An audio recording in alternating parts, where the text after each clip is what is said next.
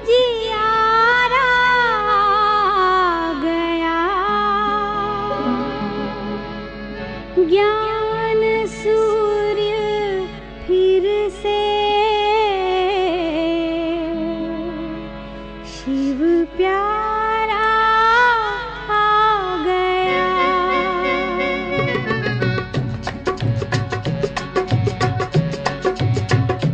अंधियारे सभी मिट रहे, उजियारा आ गया, ज्ञान सूर्य फिर से शिव प्यारा आ गया। अंधियारे सभी मिट रहे, उजियारा आ गया, ज्ञान सूर्य फिर से शिव प्यारा आ गया। अंधियारे सभी मिट रहे।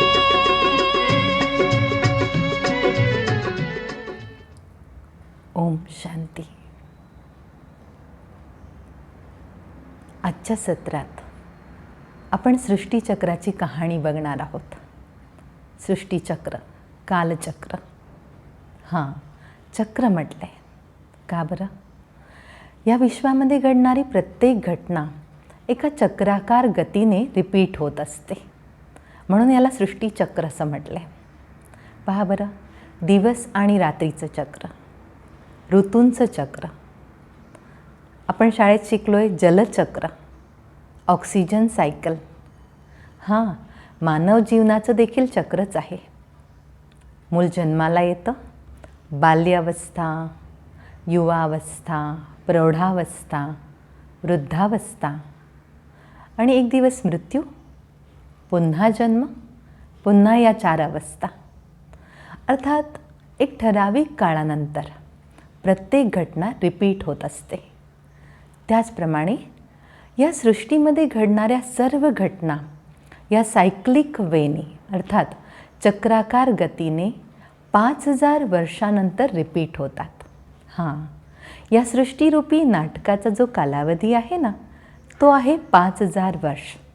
अर्थात 5000 वर्षापूर्वी जे काही घडलं होतं हुबेहूब तसंच्या तसंच आत्ताही घडत आहे. म्हणजेच तुम्ही आम्ही 5000 वर्षापूर्वी पण असेच भेटले होते, आजही भेटत आहोत आणि 5000 वर्षानंतरही पुन्हा असेच भेटणार आहोत. म्हणून याला म्हटले सृष्टीचक्र, ज्याला आम्ही शॉर्टमध्ये ड्रामा म्हणतो. हां, हे एक नाटक आहे. आपण पहिल्या दिवशी ऐकलं होतं. सृष्टीरूपी रंगमंचावर घडणाऱ्या या नाटकाची कहाणी, ज्यामध्ये आपण अभिनय करत आहोत, आपली आपली भूमिका पार पाडत आहोत. पहा बरं, कधीकधी असं वाटतं ही घटना, हा प्रसंग, हे स्थान मी यापूर्वी कधीतरी पाहिलं आहे. एक सेकंडमध्ये आपल्याला असं कधीतरी जाणवतं. या जाणीवेच्या पाठी 5000 वर्षाच्या या स्मृतीच असतात. आणि म्हणूनच तर अनेकांनी भविष्याचे संकेतही दिलेले आहेत. जेव्हा सर्व घटना पूर्वनिश्चित असतात, तेव्हाच तर भविष्याचे संकेत देता येतात. तर या 5000 वर्षाची कहाणी पाहताना एका महत्त्वपूर्ण चिन्हाला आपण समजून घेऊया. या चित्रामध्ये स्वस्तिका दर्शवण्यात आली आहे. स्वस्तिका हिंदू धर्माचे एक पवित्र चिन्ह. व्यापारी लोकांच्या चोपडीमध्ये, घरामध्ये भिंतींवर किंवा कलशावर स्वस्तिका काढली जाते. अनेक पवित्र कार्यामध्ये स्वस्तिकेला स्थान दिलं जातं. काही वेळेला त्याला श्री गणेश असंही म्हणतात आणि स्वस्तिकेच्या दोन्ही बाजूला शुभ लाभ असंही लिहितात. काय बरं सुचवतं हे चिन्ह? पहा, स्वस्तिका काढतात ना, आणि मग प्रत्येक त्या 4 हिस्स्यामध्ये एक बिंदू पण काढतात. खरं तर स्वस्तिका शब्दाचा अर्थ आहे स्वतःच्या स्थितीचं दर्शन घडवणारं चिन्ह. ही स्वस्तिका या 5000 वर्षाच्या कल्पाचं, 5000 वर्षाला कल्प म्हटलं जातं, या 5000 वर्षाच्या कल्पाचं 4 हिस्सामध्ये विभाजन करते. आणि प्रत्येक हिश्श्यामध्ये हा डॉट, हा बिंदू काढला जातो. अर्थात बिंदू म्हणजे आत्मा. प्रत्येक युगातून पास होताना या आत्म्याची स्थिती कशी बदलत गेली हे दर्शवणारं हे सुंदर चिन्ह, म्हणून स्वस्तिका. हां, आणखी एक सुंदर अर्थ लपला या चिन्हामध्ये. संस्कृतमध्ये सुअस्ति, स्वस्तिका म्हणजे सुअस्ति, अर्थात शुभ आहे. सु म्हणजे शुभ, शुभ आहे. प्रत्येक घटना शुभ आहे हे सुचवतं हे चिन्ह. गीतेचा हा खूप मोठा सिद्धांत. जे झालं ते चांगलं झालं, जे होत आहे तेही चांगलं आहे, आणि जे होणार आहे ना ते याहूनही चांगलं आहे. हा सुंदर सिद्धांत जर आपण आपल्या जीवनामध्ये स्वीकार केला ना तर आपल्याला कुठल्याही गोष्टीचा धक्का बसणार नाही. हा सिद्धांत कर्मसिद्धांताला पण स्पष्ट करतो. लहानपणी ऐकलेली ती अकबर बिरबलची गोष्ट तुम्हालाही आठवत असेल. एकदा अकबराला बिरबल हे समजवत होता, गीतेचं हे भाष्य समजवत होता, आणि अचानक अकबराच्या हातातला चाकू लागून त्याच्या हातातून रक्त येऊ लागतं. बिरबल म्हणतो, हेही चांगलं झालं. अकबर राजा होता. राजाचा हात कापणं आणि ते चांगलं होणं, राजाचा खूप मोठा अपमान. रागाने अकबर बिरबलाला जेलमध्ये टाकतो. त्या दिवशी दोघांचाही शिकारीला जाण्याचा प्लॅन होता. नॅचरल आहे, राजाला एकटं जावं लागतं.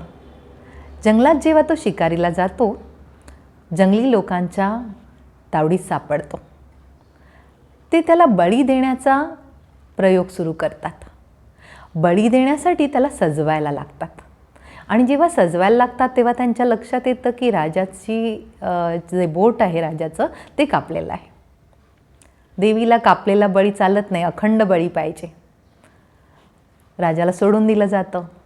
खुशी खुशीने अकबर परत येतो आणि बिरबलाला जेलमधून बाहेर काढतो.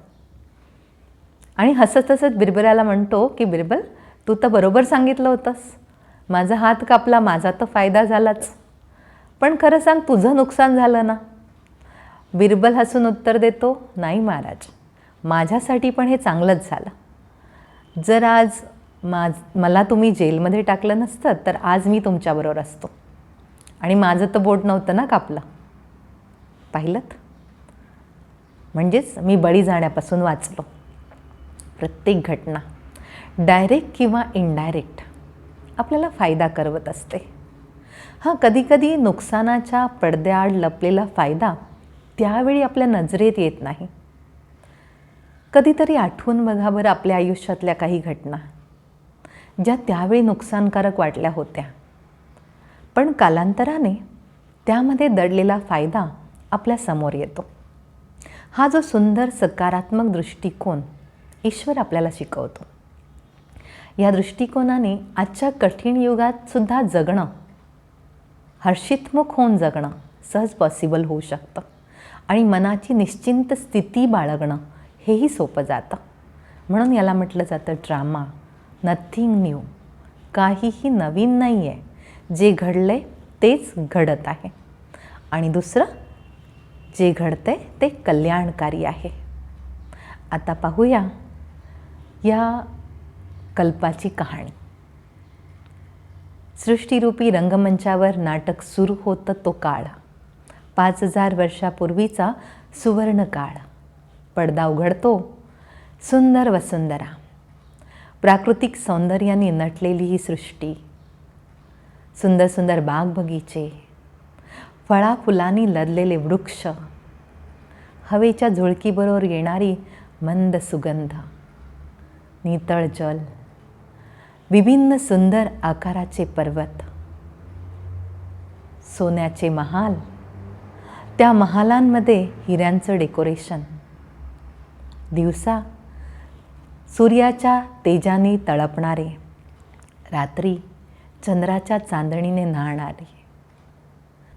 आणि हा सुंदर सुंदर पशु आणि पक्षी, त्या पक्ष्यांचे मंजूळ आवाज, आणि या अत्यंत सुंदर, संपन्न आणि सधन सृष्टीचं आकर्षण केंद्र इथला मानव.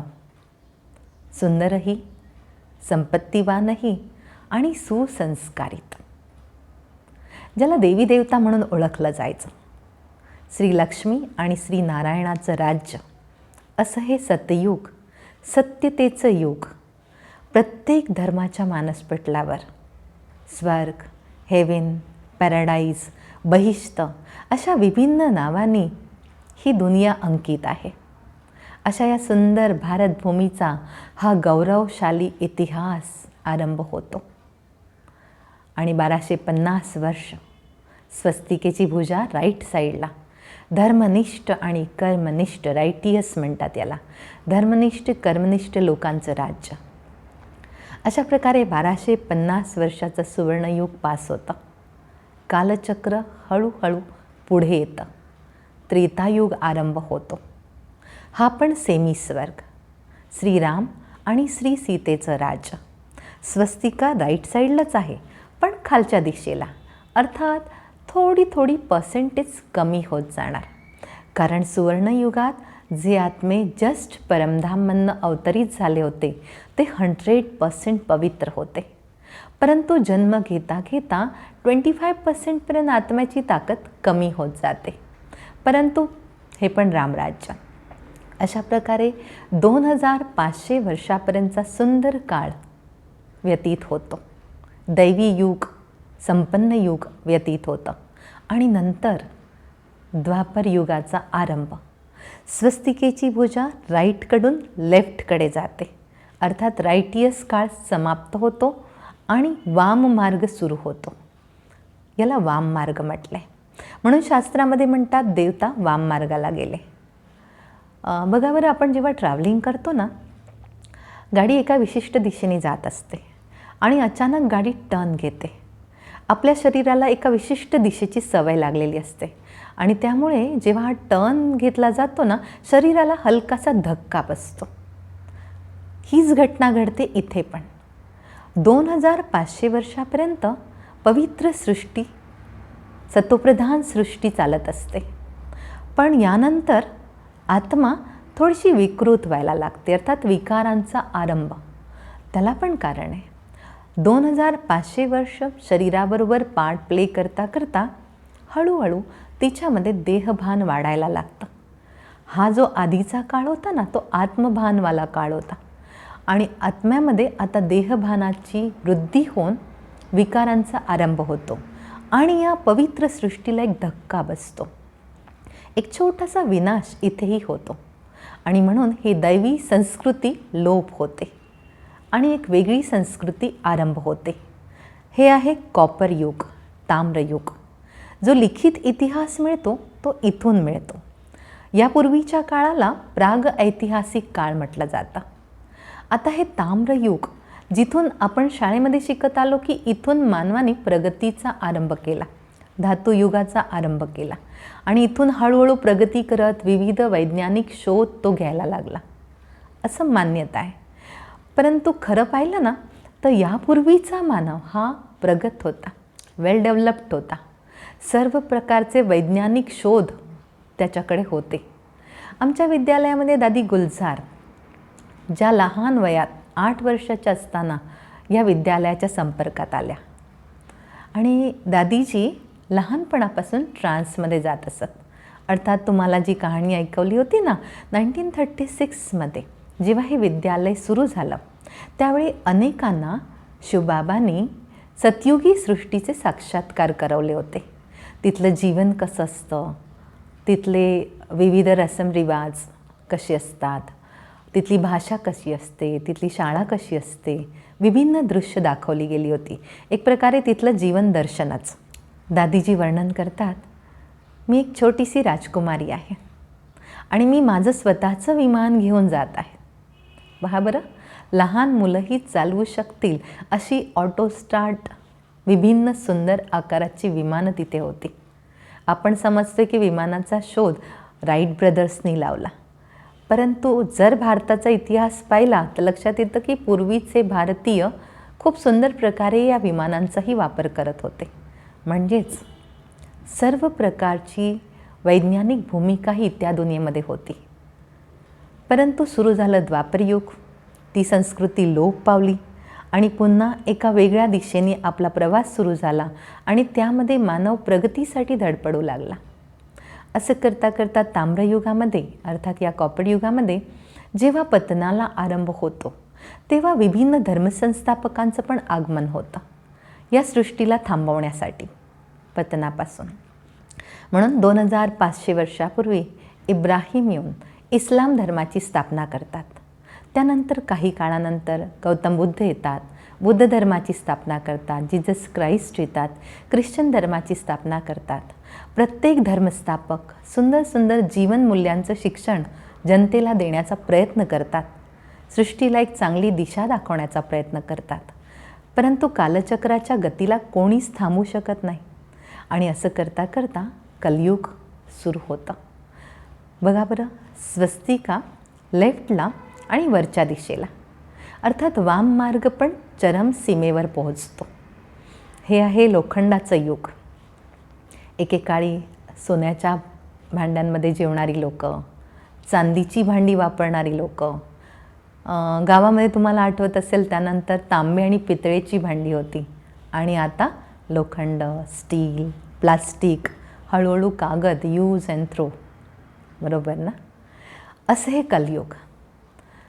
वरच्या दिशेला स्वस्तिकाची भुजा अर्थात प्रत्येकजण मारामारीसाठी तयार. कलह क्लेश, भांडणांचं युग. घराघरात महाभारत सुरू होतं. शास्त्रांमध्ये घोर कलियुगाची काही लक्षणं सांगितलेली आहेत जी सध्या सर्वत्र दिसू लागतात. सर्वांचं वर्णन नाही करत मी आता, परंतु त्यापैकी काही लक्षणं जरूर सांगू इच्छिते. त्यामध्ये असं म्हटलं की सोन्यामध्ये सुगंध असेल. अर्थात सोनं, बघा बरं, सोन्याच्या दुनियेत होतो आपण. ती सोन्याची दुनिया अर्थात तो सुवर्ण भारत विदेशासाठी एक आकर्षण केंद्र होता आणि आज मात्र सोन्यातही सुगंध अर्थात इतकं महाग झालं आहे हे सोनं, दुर्मिळ. असंही म्हटले चंद्रावर सीडी लागेल, ते पण आपण पाहिलं. अन्न पॅकेट्समध्ये मिळेल, दूध बॉटल्समध्ये. दूध काय, सध्या पाणी पण तर आपण बॉटल्समध्ये खरेदी करतो आहे, ते पण कोणत्या क्वालिटीचं. हा आजचा भारत. त्यामध्ये असंही म्हटलं आहे विवेकहीन आनंद असेल, मानवताविहीन विज्ञान असेल. खरंच आहे ना, विवेकहीन आनंद. मला आठवतं आहे काही काळापूर्वी एक मुलाला घेऊन त्याची आई आली होती कोर्ससाठी. तो मुलगा व्यवस्थित चालूही शकत नव्हता. तरुण मुलगा होता, 18-19 वर्षाचा. आईचं म्हणणं होतं हा अत्यंत ब्रिलियंट होता, परंतु पुढील शिक्षणासाठी जिथे त्याला ठेवलं गेलं हॉस्टेलमध्ये, तिथे रॅगिंगसारख्या घटनांना सामोरं जावं लागलं आणि तो मुलगा मनातून अत्यंत ढासळला. पहा बरं, कुणासाठी तरी मनोरंजन आणि कोणी आपल्या आयुष्यातून उठला. यालाच म्हटलं जातं मानवताविहीन किंवा विवेकहीन आनंद. एक आसुरी आनंद. कोणाला तरी त्रास देऊन आनंद मिळवणं किंवा चुकीच्या पद्धतीने आनंद मिळवणं, हा जो आनंदाचा प्रकार आहे ना, हा विवेकहीन. पण आज दिसतं ना असं. तसंच एक लक्षण मानवताविहीन विज्ञान. हां, या विज्ञानाने आपल्याला सुख दिलं, कम्फर्ट्स दिले. आज आपलं आयुष्य किती कम्फर्टेबल झालं आहे सायन्समुळे. पण याच विज्ञानाने मानवता पण समाप्त केली. दुसऱ्या महायुद्धातला तो हिरोशिमा नागासाकीवरचा पहिला ट्रायल बॉम्ब, आजही त्याचे पडसाद, त्या दुःखद दिवसाच्या आठवणी लोकांच्या मनामध्ये आहेत. प्रेक्षक हो, तो केवळ ट्रायल बॉम्ब होता. आज अनेक पटीने तयार असे बॉम्ब्स, मिसाईल्स वाट पाहत आहेत. एक सेकंडही लागणार नाही. अशा प्रकारची ही मानवताविहीन विज्ञानाची तयारी, अनेक घटना आपण पाहतो. या कलियुगाच्या लक्षणात असंही म्हटले घर घर सिनेमा हॉल असेल. मला आठवते लहानपणी सॅटर्डे संडे एखादा पिक्चर असायचा टी व्हीवर, दूरदर्शनवर. त्याची एक क्रेज होती सगळ्यांना. हळूहळू काय झालं, 24 अवर्सची चॅनल्स रिमोट मुलांच्या हातात. पूर्वी एखादा पिक्चर पाहायला जायचं असेल ना तर सिलेक्ट करून जात होते की जो सर्व फॅमिली मिळून पाहू शकेल असा पिक्चर. पण आता प्रत्येक घरच तर टॉकीज बनलं आहे. संध्याकाळच्या वेळी पण पहा किंवा दिवसभरही काळोख करून त्या टी व्हीसमोर बसलेले असतात आणि चॉईस पण नाही काय पाहायचं आहे, बरोबर ना. घर घर सिनेमा हॉल. सिनेमाला म्हटलं जातं सीन की माँ, अर्थात पापांची आई. खरंच अनेक पापांना जन्म जिने दिला. नको ते शिक्षण त्याद्वारा मुलांना आपोआप मिळू लागलं आणि हळूहळू मुलांच्या मनोवृत्तीमध्ये घडलेले फरक आपण पाहत आहोत. तर घर घर सिनेमा हॉल. त्याचप्रमाणे असंही म्हटलं आहे त्याच्यात की प्रत्येक आश्रम हा गृहस्थाश्रम असेल. हिंदू धर्मामध्ये मानवी जीवनाला 4 टप्प्यात वाटले. लहानपण, ज्याला ब्रह्मचर्याश्रम म्हटलं जातं, मग गृहस्थाश्रम, वानप्रस्थाश्रम आणि संन्यासाश्रम. ब्रह्मचर्याश्रमामध्ये अर्थात बालपणी शिक्षण, पूर्वी गुरुगृही जाऊन शिकत असत. आपण रामकृष्णांच्या कथांमध्ये पण ऐकलं आहे. तर तो शिक्षणाचा जो काळ असतो तो पवित्र काळ म्हणून पवित्र आश्रम, कारण पवित्र बुद्धीच ज्ञान ग्रहण करू शकते. नंतर ग्रहस्थाश्रमामध्ये त्याचा प्रवेश आणि पुन्हा मुलं झाली, मोठी झाली की पुन्हा थोडंसं डिटॅच होऊन वानप्रस्थाश्रम, अर्थात न्यारं होऊन मुलांना सगळं सोपवून पाहायचं आणि नंतर हळूहळू सगळं काही मुलांना देऊन आपण आपला आध्यात्मिक विकास करण्यासाठी निघायचं, म्हणून त्याला म्हटलं जात होतं संन्यासाश्रम. यामध्ये फक्त गृहस्थाश्रमामध्येच विकारी जीवन व्यतीत होत होतं आणि बाकी 3ही आश्रम हे ब्रह्मचर्याश्रम होते. परंतु कलियुगाच्या लक्षणात काय सांगितले, 4ही आश्रम गृहस्थाश्रम असतील, अर्थात बालपणापासून आणि वृद्धावस्थेपर्यंत कोणीही विकारांना सोडायला तयार नाही. अगदी लहान वयातही या जाणीवा जागृत होताना दिसतात आणि त्याच्यात या पिढीला नवीन काही वाटतही नाही. पण खरं सांगा, हे पतन नव्हे का? तशा प्रकारे ही कलियुगाची लक्षणं. आणखी एक वैशिष्ट्यपूर्ण लक्षण त्याच्यामध्ये आहे. असं सांगितलं की 1 विहीर मिळून 4 विहिरींना भरू शकेल, परंतु 4 विहिरी मिळून एका विहिरीला नाही भरू शकणार. अर्थात एक आई वडील आपल्या 4-4 मुलांना अतिकष्ट सहन करत, मेहनत करत, स्वतःची पर्वा न करत मोठं करतात.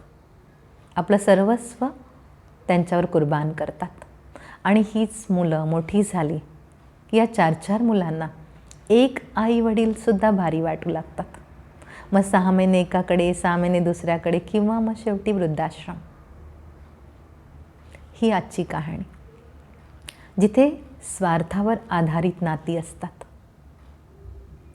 ते घोर कलियुग. त्या 4ही बाजूला ह्या कलियुगाची दृश्य दिसू लागतात. मानवाच्या अमर्याद व्यवहाराची दृश्य, त्याचे परिणाम आपण पाहायला लागतो. आज आपल्याला माहिती आहे ओझोन लेअर कमी होत चालली आहे, ग्लोबल वॉर्मिंगसारखी दृश्य, प्रकृती आपल्या प्रकोपाच्या अवस्थेला पोचली आहे आणि म्हणून कधी खूप पाऊस तर कधी पाऊसच नाही, कधी. आणि आज अशा या भयानक काळाला आपण सगळे सामोरे जात आहोत. आणि कोणत्याही गोष्टीची अति झाली ना की तिचा अंत जरूर होतो. तर कलियुगाचा अंत आणि सतयुगाचा आरंभ याचा जो मधला काळ आहे त्याला संधी काळाला संगमयुग म्हटलं जातं. अशा या सुंदर संधी काळामध्ये, या संगम युगामध्ये परमात्म्याचं अवतरण होतं. कलियुगाचा विनाश आणि सतयुगाची स्थापना. गीतेचा प्रसिद्ध श्लोक आपण ऐकला आहे की अधर्मांचा विनाश आणि सत्यधर्माच्या स्थापनेसाठी मी येतो, हे ईश्वराचे महावाक्य. तर परमात्म्याचं अवतरण प्रजापिता ब्रह्माच्या शरीरामध्ये या संधी काळामध्ये होतं आणि ब्रह्माच्या माध्यमातून आध्यात्मिक ज्ञान, राजयोगाचं शिक्षण देऊन कलियुगी सृष्टीला सतयुगी सृष्टीमध्ये परिवर्तन करण्याचं कार्य घडतं. हा सुंदर परिवर्तन काळ म्हणून या युगाला म्हटलं जातं कल्याणकारी पुरुषोत्तम संगम योग. हां, कल्याणकारी. या युगामध्ये कल्याणच होतं. पुरुषोत्तम, आत्मा उत्तम पदाला प्राप्त करते, असं हे संगम योग. हा छोटासा काळ बघा बरं या चित्रामध्ये, अत्यंत छोटासा काळ. या काळाच्या स्मृतिचिन्ह म्हणूनच अधिक मास, चातुर्मास साजरा केला जातो. खूप लोक त्या काळामध्ये भक्ती अधिक करणं, उपवास करणं, व्रत करणं अशी मान्यता आहे की या काळात केल्याने स्वर्गप्राप्ती होते. ॲक्च्युली 1-2 महिन्याच्या गोष्टी नाही आहेत.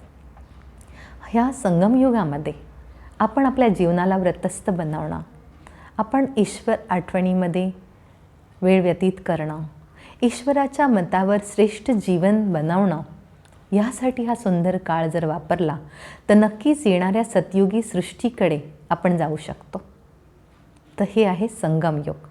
या संगमयुगामध्ये एका दिशेला स्थापनेचं महान कार्य सुरू होतं आणि दुसऱ्या दिशेला महाविनाशाचं कार्य. महाविनाशाचा पडदा पडतो, नाटक समाप्त होतं. आत्मे आपल्या शरीररूपी वस्त्रांचा त्याग करून आपल्या घराकडे निघून जातात. हा जो अंतिम महाविनाश आहे ना, त्याला पण कल्याणकारीच म्हटलं आहे. कारण खरंच पुढे अशी वेळ येते, पुढे कशाला, आत्ताच आपण अनुभव करतो आहे. हवा आहे पण श्वास घेऊ शकत नाही, पाणी आहे पण पिऊ शकत नाही, अन्न आहे पण खाण्यायोग्य नाही, असा जो भयानक काळ पुढे येतो ना, या काळामध्ये हा महाविनाश महाकल्याणकारी सिद्ध होतो. तर महाविनाशाचा पडदा पडतो. करोडो शरीर या धरणीमध्ये, या पृथ्वीमध्ये गाडले जातात. पृथ्वी पुन्हा भविष्यासाठी तयार होते. सर्व आत्मे, थकलेले ॲक्टर्स परमधामला रिटर्न जातात, थोडा रेस्ट करतात आणि पुन्हा नाटक सुरू होतं. पुन्हा त्या सुवर्णयुगाकडे आपण जातो. तो हा जो मधला संधिकाळ आहे ना, याला डायमंड युग म्हटलं जातं. कारण या काळामध्ये आत्मा हिरे तुल्य बनते, हिऱ्याप्रमाणे बनते. परमात्म्याची श्रेष्ठ कर्तव्य या काळामध्ये घडतात आणि अशा प्रकारे हा सुंदर परिवर्तनाचा काळ. भूकंप, कधी ज्वालामुखी, हे चारी बाजूला दृश्य आपण पाहतोय. 1936मध्येच या दृश्यांचा अंदाज परमात्म्याने दिला होता. या सृष्टीचक्राच्या कहाणीला अधिक स्पष्ट समजण्यासाठी हे कल्पवृक्षाचं चित्र. कल्पवृक्ष अर्थात काल्पनिक वृक्ष. मानवी सृष्टीचा विस्तार कसा झाला हे दर्शवणारा हा वृक्ष. गीतेच्या 15व्या अध्यायात त्याचा उल्लेख आहे. परमात्म्याद्वारा असं म्हटलं गेलं आहे की या सृष्टीरूपी कल्पवृक्षाचा, उलट्या वृक्षाचा मी बीजरूप आहे. हा उलटा वृक्ष, कारण या वृक्षाचं बीज परमधाममध्ये, परमात्म्याचं निवासस्थान परमधाम, आणि वृक्षाचा विस्तार इथे घडतो, म्हणून याला म्हटलं जातं उलटा वृक्ष. या वृक्षाचं जे फाउंडेशन आहे बघा बरं, सतयुग आणि त्रेतायुगाच्या रूपात जे दाखवलं आहे बुंदा, कुठल्याही वृक्षाचा बुंदा हा मजबूत असतो. त्याप्रमाणे एक धर्म, एक राज्य, एक भाषा, त्यामुळे हा मजबूत काळ, जिथे कोणत्याही दुविधा नव्हत्या. अशा प्रकारे 2500 वर्ष सतयुग आणि त्रेतायुगाचा काळ. त्यानंतर द्वापर, दोपर, सृष्टीची दुपार. सतयुग त्रेता ही सकाळ, द्वापर ही दुपार आणि कलयुग ही रात्र, संगमयुग पहाट. तर द्वापरयुग सुरू होता. द्वापरयुगामध्ये दोन्ही बाजूला ब्रांचेस आरंभ होतात, अर्थात विभिन्न धर्मांचं आगमन होतं, जे आपण मगाशी बघितलं. इस्लाम, बौद्धिस्ट, ख्रिश्चन आणि शंकराचार्यांचा संन्यास धर्म. द्वापरयुगात हे 4 प्रमुख धर्म स्थापन होतात. या ब्रांचेसना आपण नीट पहा, त्याच्यामध्येही 4 कलर्स दाखवलेत. अर्थात धर्म जेव्हा स्थापन होतो ना, तो सुरुवातीचा काळ हा प्रत्येक धर्मासाठी सुवर्ण काळ असतो. परंतु कालांतराने तोही या 4 अवस्थातून, सतो रजो तमो अवस्थातून पास होतो आणि त्यामुळे मध्यावर आल्यानंतर प्रत्येक धर्मामध्ये पण विभाजन होतं. प्रत्येक धर्मात, मुस्लिममध्ये शिया सुन्नी, ख्रिश्चनमध्ये कॅथलिक प्रोटेस्टंट, बौद्धिजमध्ये इयान महायान, आणि शंकराचार्याच्या याच्यात तर दाखवतात की 4 दिशातनं 4 शंकराचार्य निर्माण झाले. आणि आश्चर्य म्हणजे यांच्यामध्ये मतभेद सुरू होतात. असं करता करता कलियुग येतं. कलियुगामध्ये मठ, पंथ, आश्रम सगळं काही विस्तार, भक्तीचा पण विस्तार, धर्मांचा पण विस्तार, परंतु सर्व विस्तारामध्ये सार हरवून जातं. मूळ आदिसनातन धर्म जो सुरुवातीपासून होता तो लुप्त होतो, गायब होतो. दैवी संस्कृती समाप्त झालेली आहे आणि महाभयंकर कलियुगाचा हा काळ. कुठल्याही झाडाच्या ज्या वरच्या फांद्या असतात ना, भरपूर असतात फांद्या, पण त्याच्यामध्ये ती मजबूती नसते, त्याप्रमाणे हा काळ. आणि पहा बरं, या कलियुगाच्या अंताला वर दाखवले की ही पृथ्वी जी एकेकाळी स्वर्ग होती आज नर्क बनलेली आहे. अर्धी अधिक विकारांच्या अग्नीमध्ये जळून भस्म झालेली आहे. आणि उरलेली समाप्त करण्याचं कार्य इथे ना 2 मांजरी दाखवल्यात. ही पण गोष्ट लहानपणापासून आपण जाणतो. 2 मांजरी तो लोण्याचा गोळा घेऊन येतात, एकमेकांशी भांडायला लागतात. वर बसलेलं माकड हे पाहतं आणि वाटून देण्याच्या निमित्ताने ते लोणी तो खाऊन टाकतो. ऐकली आहे ना ही लहानपणी गोष्ट? ही गोष्ट इथे इंटरनॅशनल लेवलवर सत्य आढळून येते. अमेरिका, रशियासारखे कंट्रीज पूर्ण देशाचं माखन म्हणजे लोणी, पूर्ण देशाची सत्ता, हे सत्तेचं आकर्षण खूप काळापासून या सर्व राष्ट्रांमध्ये आढळून येतं. आणि त्यासाठीच बाहुबलाचा विकास, अण्वस्त्रांचा विकास, मिसाईल्सचा विकास. अमेरिकासारखे देश जे धनाढ्य देश मानले जातात, 80% अधिक आपलं धन सुरक्षा साधनांमध्ये लावतात. मग तुम्हीच विचार करा की एवढी मोठी धनसंपदा विनाशकारी साधनांच्या निर्मितीमागे खर्च होत आहे. मग कितीही डिसाईड केलं तरी कोणी पाण्यामध्ये तर टाकणार नाहीत, त्यांना वापरणार जरूर. हाच तो भयानक काळ आपल्या डोळ्यासमोर येतो आहे.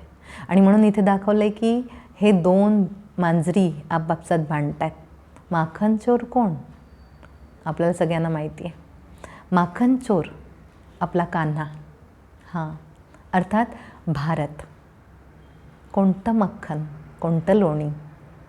केवळ ते लोणी नव्हे, येणारा काळ, येणारी सतयुगी सृष्टी खरं बघितलं तर लोण्याचा गोळा आहे. आणि म्हणून तो कृष्णाच्या हातात दाखवला आहे. कारण येणाऱ्या सृष्टीचा पहिला प्रिन्स श्रीकृष्ण आहे, पहिला राजकुमार श्रीकृष्ण आहे.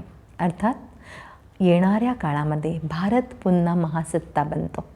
आणि म्हणून बघा बरं, या वृक्षामध्ये फाउंडेशन किंवा रूट्सच्या रूपामध्ये, मुळांच्या रूपामध्ये संगमयुग दाखवले. बाहुबलाने नव्हे, परंतु आध्यात्मिक बळाच्या माध्यमातून भारत महासत्ता बनतो. कारण आजपर्यंत भारताने संपूर्ण विश्वाला शांतीचा पाठच पढवला आहे. परमात्मा या संगमयुगामध्ये आपल्या मुलांकडनं तपस्या करून घेतो. ही तपस्या, हा योगाभ्यास, हे आध्यात्मिक ज्ञान मानवाला सशक्त बनवतं. आणि या त्याग, तपस्या आणि सेवा यांच्या माध्यमातून ही भारतीय सृष्टी पुन्हा देवपदाला प्राप्त करते. तर या ठिकाणी खाली सतयुगी सृष्टीच्या स्थापनेचं दृश्य दाखवलं आहे अध्यात्माच्या माध्यमातून. आणि त्याचवेळी वरती कलियुगी सृष्टीच्या महाविनाशाची दृश्य दाखवली आहेत. अर्थात दोन्ही गोष्टी पॅरलल चालतात. एका बाजूला स्थापना आणि एका बाजूला ॲटॉमिक बॉम्ब्सद्वारा, ग्रहयुद्धाद्वारा आणि नॅचरल कॅलॅमिटीज या तर सफाईचं काम करतात. सृष्टीची सफाई होते, महाविनाशाचा पडदा पडतो, सर्व आत्मे परमधामला निघून जातात. 5 तत्व खूप सुंदररित्या या सृष्टीचं पुनर्निर्माण करतात. पुन्हा भारतभूमी आपल्या स्वर्णिम रूपाला प्राप्त करते आणि पुन्हा हे सृष्टीरूपी नाटक आरंभ होतं. या ठिकाणी ही माळा पण दाखवली आहे ना, हिला वैजयंती माळा म्हटले, विजयी रत्नांची माळा. या वैशिष्ट्यपूर्ण कार्यामध्ये स्त्रिया खूप महत्त्वाची भूमिका पार पडतात. भारतीय नारी आपल्या त्याग, तपस्येच्या बळावर पूर्ण विश्वाला एक श्रेष्ठ दिशा देते, पूर्ण सृष्टीला स्वर्णिम पदापर्यंत पोचवते. आणि म्हणून त्यांची ही माळा दाखवली आहे 108 रत्नांची. बाजूला बीज दाखवलं आहे, बीजामध्ये संपूर्ण वृक्ष सामावलेला असतो. त्याप्रमाणे परमात्मा एक बीज आणि त्यातून आरंभ होतो पुन्हा नवीन वृक्षाचा. तर ही आहे सुंदर सृष्टीचक्राची कहाणी. आता थोडासा विचार करा, सध्या कोणता काळ चालू आहे? पहा बरं, एक सेकंड विचार करून उत्तर द्या. कोणतं युग चालू आहे?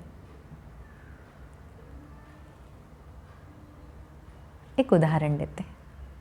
समजा पहाटे 5-6 वाजलेले आहेत, पहाटेची वेळ आहे. एखादा व्यक्ती गाढ झोपेत आहे, त्याच्यासाठी रात्र.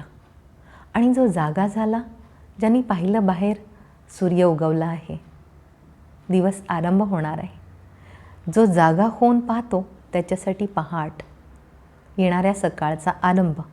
आणि जो गाढ झोपेत आहे त्याच्यासाठी मात्र रात्र. बरोबर ना? या सृष्टीरूपी चक्रामध्ये पण असंच घडतंय. ज्याला अजून ह्या कालचक्राची जाणीवच नाही, तो अज्ञानाच्या गाढ झोपेमध्ये आहे. त्याच्यासाठी कलियुगाची घनघोर रात्र. पण ज्याने जागं होऊन बाहेर पाहिलं, ज्ञानाचा तिसरा नेत्र उघडला, त्याला जरूर दिसेल की ज्ञानसूर्य परमात्मा या सृष्टीरंगमंचावर आलेला आहे. एका नवीन सृष्टीचा शुभारंभ होत आहे. अर्थात संगमयुगाची पहाट. जो जागा आहे त्याच्यासाठी संगमयुगाची पहाट आहे. जो झोपला आहे त्याच्यासाठी कलियुगाची रात्र आहे. तुम्हाला डिसाईड करायचं आहे. आजच्या लेसनमध्ये आम्ही तुम्हाला मध्यावर आणून उभं केलं आहे. एका बाजूला विनाशकालीन सृष्टीचे दृश्य, दुसऱ्या बाजूला येणाऱ्या नवसृष्टीचं सुंदर दृश्य. एका बाजूला परमात्म्याचा साथ आहे, एका बाजूला महाभयंकर महाकाळाचं दृश्य. निर्णय तुम्हाला घ्यायचा आहे. एक पाऊल उचलून या पहाटेकडे हिम्मत करून थोडंसं पुढे यायचं आहे. ईश्वरासोबत आम्ही सर्व आपली वाट पाहत आहोत संगमयुगावर. चला तर एक नवीन सुरुवात करूया, जीवनाचा एक नवीन शुभारंभ करूया. संगमयुगामध्ये परमात्म्याचा हात, परमात्म्याचा साथ आपल्याला निश्चिंत करतो. या भयानक काळातूनही पुढे निघून जाण्यासाठी, स्वतःच्या सुरक्षिततेसाठी, इतरांना मदत करण्यासाठी या हिरेतुल्य संगमयुगामध्ये आपण खूप काही करू शकतो. पुन्हा एकदा या सुंदर काळात आम्ही आपलं स्वागत करतो. उद्याच्या सत्रामध्ये आपण पाहणार आहोत मानव जीवनाची कहाणी. या 5000 वर्षामध्ये आपण किती आणि कसे जन्म घेतो, जन्म आणि कर्माचं कनेक्शन काय असतं, मनुष्यच बनतो की पशुपक्षी पण बनतो, हे सर्व सुंदर रहस्य आपण उद्या जाणून घेणार आहोत. तोपर्यंत ओम शांती.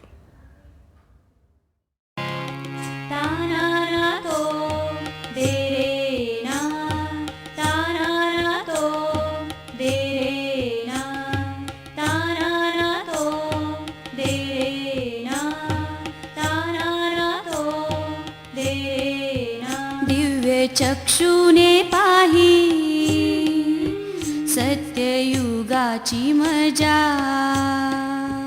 दिव्य चक्षुने पाही सत्ययुगाची मजा.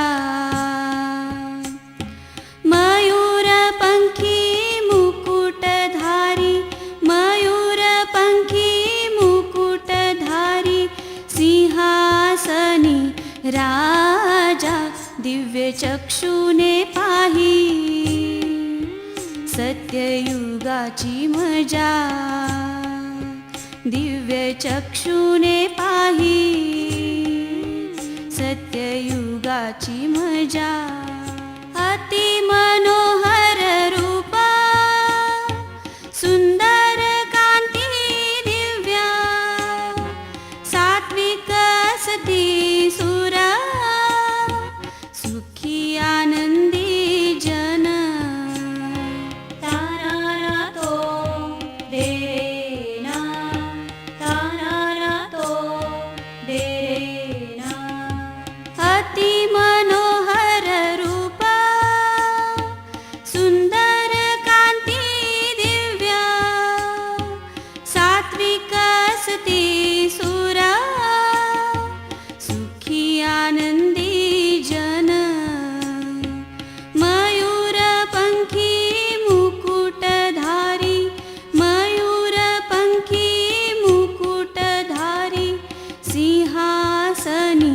राजा दिव्य चक्षुने पाही